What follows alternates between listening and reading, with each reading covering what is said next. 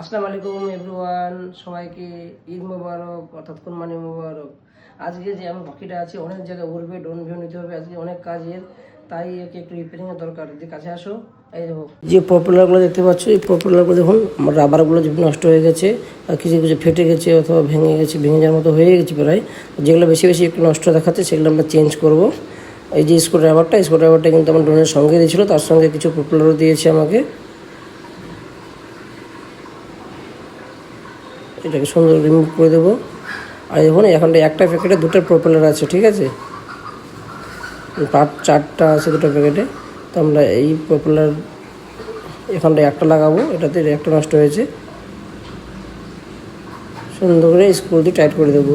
এমনভাবে টাইট দিতে হবে যেন আবার বেশি টাইট করতে যেয়ে আবার ভেঙে না যায় বা পেস্টটা কেটে না যায়, কারণ পেস্টটাকে বাঁচিয়ে রাখতে হবে। আর কোনো কারণে কিছু হলে প্রপেলারটা যেন আবার চেঞ্জ করা যায়, তখন এমনভাবে টাইট করলাম প্রপেলারের পেজ কেটে গেলো, চেঞ্জ করা যাচ্ছে না, ঝামেলা হয় তখন আবার। তার জন্য আমাদের সুন্দর করে টাইট দিতে হবে। টাইট দিয়ে দেখে নিতে হবে জ্যাম ট্যাম আছে কি না, জ্যামে কোনো টাইট মনে হচ্ছে কি না, ঠিকই আছে, যেন মুভমেন্ট হয়, তাহলে কিন্তু ড্রোন ফ্লাই করবে না। চলো, মোটামুটি আমার ড্রোন এটা হয়ে গেল। এবার আমরা ফ্লাই করে দেখব।